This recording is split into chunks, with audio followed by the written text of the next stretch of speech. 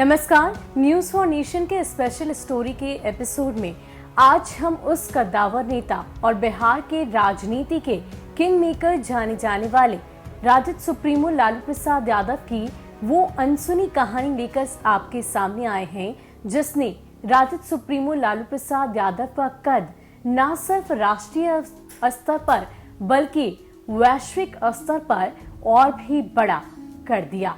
जी हाँ, ये कहानी उस वक्त की है जब राष्ट्र के सबसे कद्दावर नेता की गिरफ्तारी करवाई गई थी राजद सुप्रीमो लालू प्रसाद यादव की तरफ से। आपको बता दें कि महज 42 वर्ष की उम्र में राजद सुप्रीमो लालू प्रसाद यादव बिहार के मुख्यमंत्री तो बने, लेकिन उन्होंने कई सारे ऐसे काम किए, कई सारे ऐसी बातें उनकी तरफ से कही गई जिसे लेकर आज तक न सिर्फ देश भर में बल्कि विश्व भर में उनकी चर्चा होती है। एक तो उनकी वाक्पटुता, दूसरी जमीन से जुड़े हुए नेता की छवि आज भी बिहार की राजनीति में उन्हें किंग मेकर की भूमिका में रखती है। बहरहाल आज के इस स्पेशल स्टोरी की पेशकश में हम आपको बताएंगे कि किस प्रकार आडवाणी की गिरफ्तारी राजद सुप्रीमो लालू प्रसाद यादव की तरफ से करवाई गई थी। तो जरा गौर फरमाइएगा। सच कहूं तो किसी ने मुझे इस यात्रा को रोकने या आडवाणी को गिरफ्तार करने की बात नहीं कही थी। प्रधानमंत्री ने कुछ भी नहीं कहा। मुफ्ती मोहम्मद सईद ने, जो तब केंद्रीय गृह मंत्री थे, मुझे दिल्ली बुलाकर जानकारी ली कि क्या मैंने आडवाणी को रोकने की योजना बनाई है। जब मैंने इस बारे में साफ साफ कुछ नहीं कहा तो वो कहने लगे, आप इसे अपने ऊपर क्यों लेना चाहते हैं, यात्रा को जारी रहने दीजिए। मैंने बेहद सख्त लहजे में उनसे कहा, आप सबको सत्ता का नशा चढ़ गया है। हालांकि इसी समय प्रधानमंत्री आवास पर व्यस्तताएं बढ़ गई थी। वीपी सिंह ने उनके हिंदू धर्मगुरुओं को अपने यहाँ बैठक पर बुलाया और इन लोगों ने उन्हें यही कहा कि यात्रा नहीं रोकी जानी चाहिए। समझौते से संबंधित कई फॉर्मूले भी सामने आए, लेकिन उनमें से किसी पर भी सहमति नहीं बनी। उस बैठक में कोई समाधान नहीं निकला। इस तनाव भरे माहौल के बीच मैं बिहार शरीफ गया, जहां के लोगों ने मुझे एक हरी पगड़ी भेंट की। मैं उसे अपने घर ले आया और खुद से कहा कि यह पगड़ी उस भरोसे का प्रतीक है जो अल्पसंख्यक समुदाय मुझ पर रखता है। इस देश के धर्मनिरपेक्ष चरित्र को मुझे हर हाल में बचाना ही होगा।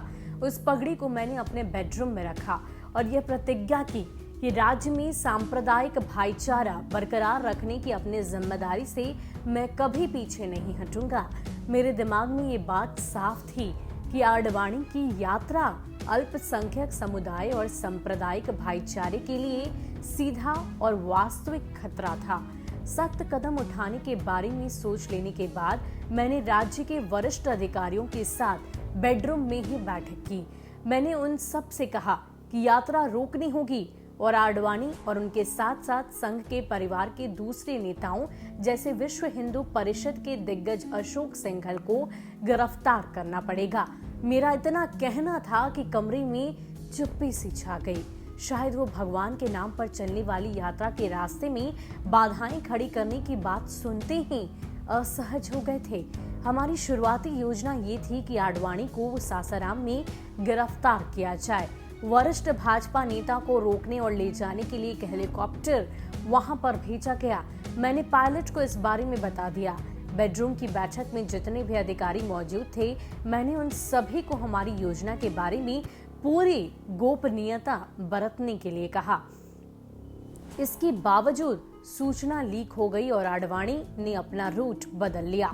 इसके बाद आडवाणी को धनबाद में रोकने की योजना बनी, लेकिन जैसा कि मैंने पहले कहा, प्रशासनिक अधिकारियों ने ऐसा करने से मना कर दिया।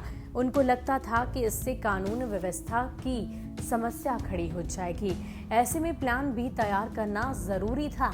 मैंने एक आईएएस अधिकारी आर.के. सिंह, जब वो आरा से भाजपा के सांसद और नरेंद्र मोदी की सरकार में राज्य मंत्री हैं, और डीआईजी रैंक के आईपीएस अधिकारी रामेश्वर ओरांव को एक अन्य मार्ग स्थित अपने आवास पर बुलाया तथा उनसे इस बारे में बात की। उसके बाद मैंने राज्य के मुख्य सचिव, गृह सचिव और दूसरे वरिष्ठ अधिकारियों के नाम रात 9 बजे एक विशेष आदेश तैयार किया। जिसमें आरके सिंह और ओरांव की समस्तीपुर में आडवाणी को गिरफ्तार करने का अधिकार दिया गया। विशेष आदेश पर दस्तखत करने के बाद मैंने मुख्य सचिव, गृह सचिव और दूसरे अधिकारियों को मेरे आवास पर रहने के लिए बुलाया और यह सुनिश्चित किया कि उन्हें टेलीफोन की सुविधा न मिले। मैं दूसरी बार अपनी योजना को लीक होने देने के लिए तैयार नहीं था। मैंने आरके सिंह और ओरांव को सीआरपीएफ से एस्कॉर्ट्स लेकर समस्तीपुर के लिए रवाना होने का निर्देश दिया और वो कहा कि 10 अक्टूबर की भोर को ही आडवाणी को वहां गिरफ्तार कर ले। मैंने यह भी सुनिश्चित किया कि समस्तीपुर के डीएम और एसपी तक को इस बारे में कुछ भी मालूम नहीं होना चाहिए। मैंने सरकारी पायलट कैप्टन अविनाश को हेलीकॉप्टर समस्तीपुर ले जाने के लिए कहा। सुबह सुबह आडवाणी को गिरफ्तार करने के पीछे उद्देश्य ये था कि काफी देर तक लोगों को इस बारे में पता नहीं चलेगा और इस बीच उन्हें वहां से दूर ले जाया जा सकेगा। इतनी गोपनीयता के बावजूद आरएसएस भाजपा के कुछ लोगों को इसका अनुमान लग गया था कि मैं आडवाणी को गिरफ्तार कर सकता हूं। 9 अक्टूबर की शाम को उन्होंने मुझसे मुलाकात की और पूछा, क्या आडवाणी को गिरफ्तार करने की आपकी कोई योजना है? मैंने जानबूझकर चौंकते हुए कहा, हम पागल हैं क्या? हम आडवाणी जी को क्यों गिरफ्तार करेंगे? वे लौट गए, शराब पी और सो गए। समस्तीपुर में आडवाणी के साथ आए अनेक पत्रकारों ने भी रात में खाना खाया, रस संजन किया और सो गए। मैं पूरी रात नहीं सो पाया।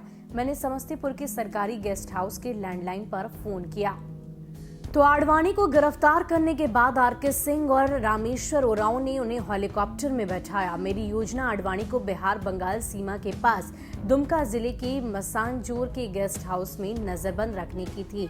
गिरफ्तारी से एक दिन पहले मैंने दुमका के डिप्टी कमिश्नर सुधीर कुमार को फोन करके निर्देश दिया था वो गेस्ट हाउस को चाक चौबंद रखें क्योंकि अगले दिन मैं विजिट के लिए आ सकता हूँ।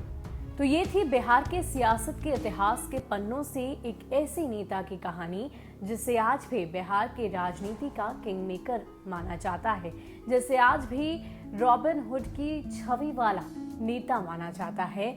और जाहिर सी बात है उनकी पूरी जिंदगी के कई ऐसे किस्से हैं, ऐसी कहानियां हैं जिसे युगों युगों तक राजनेता हमेशा याद रखेंगे। फिलहाल के लिए आज स्पेशल स्टोरी में इतना ही। आगे भी हम बिहार के सियासत के इतिहास के पन्नों से कुछ ऐसी ही अनसुनी कहानियां आपके लिए लाते रहेंगे।